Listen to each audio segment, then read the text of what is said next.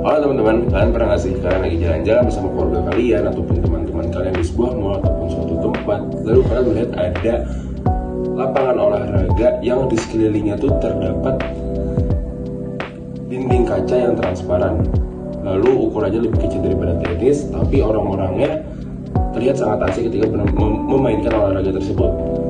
Kalau kalian pernah melihat hal tersebut, itu merupakan lapangan padel. Itu adalah olahraga baru yang sedang booming saat ini, yang dimana tapi banyak orang bilang itu adalah olahraga FOMO, olahraga adu gengsi, olahraga tren sesaat. Nah, pada video kali ini saya akan menjelaskan olahraga tersebut, yang dimana olahraga tersebut bukan hanya olahraga FOMO, olahraga adu gengsi, olahraga tren sesaat, tetapi itu merupakan olahraga yang sangat berkembang pesat di beberapa tahun terakhir ini, maupun di dunia ataupun Indonesia. Oke, kita flashback sebentar mengenai olahraga padel, yang dimana padel itu lahir di Meksiko pada tahun 1969. Nama penciptanya yaitu adalah Enrique Corcuera, yang dimana dia merupakan penyuka olahraga tenis. Lalu dia ingin membuat lapangan tenis di lahan rumahnya, tetapi karena lahan rumahnya yang sangat sempit, maka dia sedikit memodifikasi lapangan tenis tersebut, yang dimana ukurannya menjadi lebih kecil dari lapangan tenis pada umumnya. Lalu karena rumahnya yang berdekatan dengan tetangga, takut bolanya mengenai rumah tetangga, merusak rumah tetangga, dia membuat dinding di sekeliling lapangan tenis yang dia buat. Nah, karena dia memodifikasi lapangan tenis tersebut, terciptalah ide baru dari dia, yaitu yang sekarang sedang booming adalah olahraga padel. Nah, di Spanyol sekarang padel itu sudah sedikit mengalahkan tenis dari segi popularitasnya. Itu sedikit gila, bukan? Bisa dibilang tenis yang dulu sangat populer, tetapi di beberapa tahun kebelakang ini tenis sedikit dikalahkan oleh padel dari segi popularitas. Nah, terus bedanya apa sih padel sama tenis? Pertama, kalau di padel itu kita selalu 2 lawan 2, jadi selalu double, nggak ada yang namanya single, jadi kita selalu main berempat. Yang kedua, lapangan padel itu dikelilingi oleh dinding kaca transparan. Terus yang uniknya, kaca tersebut itu bukanlah musuh, tapi itu adalah teman kita sendiri untuk menyusun strategi supaya kita bisa menang melawan musuh kita. Jadi ketika bola mantul ke kaca, itu masih tetap bisa dimainkan. Selain lapangannya yang unik, raket padel juga tuh bisa dibilang juga sangat lucu dan juga unik, dikarenakan bentuknya terdapat macam-macam, ada berbentuk teardrop, round, diamond, dan lain-lain. Lalu lapangan padel juga tidak memakai senar, terus juga ada lubang-lubang kecil di tengah-tengahnya. Lalu yang bikin paling juara dari padel itu adalah padel itu gampang dipelajari, teman-teman. Tidak seperti tenis yang menurut saya perlu latihan bertahun-tahun. Menurut saya padel tuh kalian hanya perlu latihan sebulan secara rutin, itu pun kalian sudah bisa rally panjang. Kalau tenis kalian hanya latihan sebulan, menurut saya tuh kalian belum bisa bermain have fun membuat rally panjang. Mungkin kalian mikir, masa sih olahraga padel sepopuler itu? Nah, kalian harus lihat data-data yang akan saya lampirkan pada video kali ini.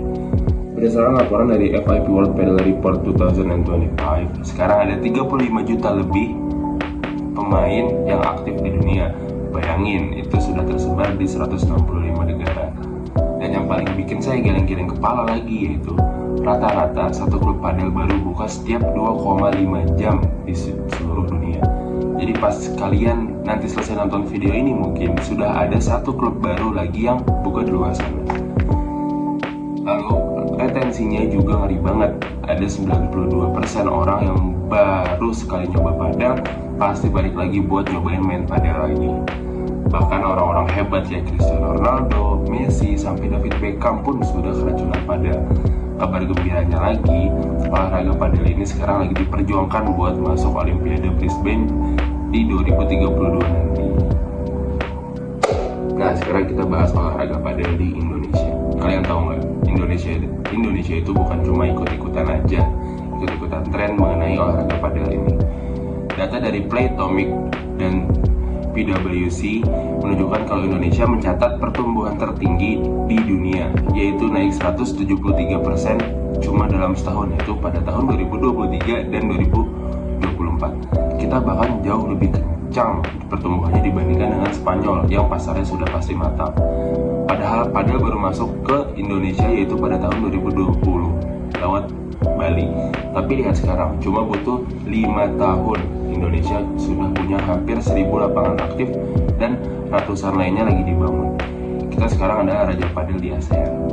Organisasinya juga sudah resmi, namanya itu PBPI, yaitu Perkumpulan Besar Padel Indonesia, dan sudah jadi anggota KONI Pusat. Jadi ini tuh di Indonesia tuh udah benar-benar serius banget olahraga padel ini, teman-teman. Bukan main-main, bukan hanya sekedar olahraga formal. Ngomongin padel di Indonesia nggak lengkap rasanya kalau kita nggak ngebahas soal siapa sih player top 1 di Indonesia. Nah, di sini saya mau bahas player top 1 di Indonesia sekalian, yaitu Zarla Shahidul. This is Zarla Shahidul. I'm a paddle coach and a paddle player.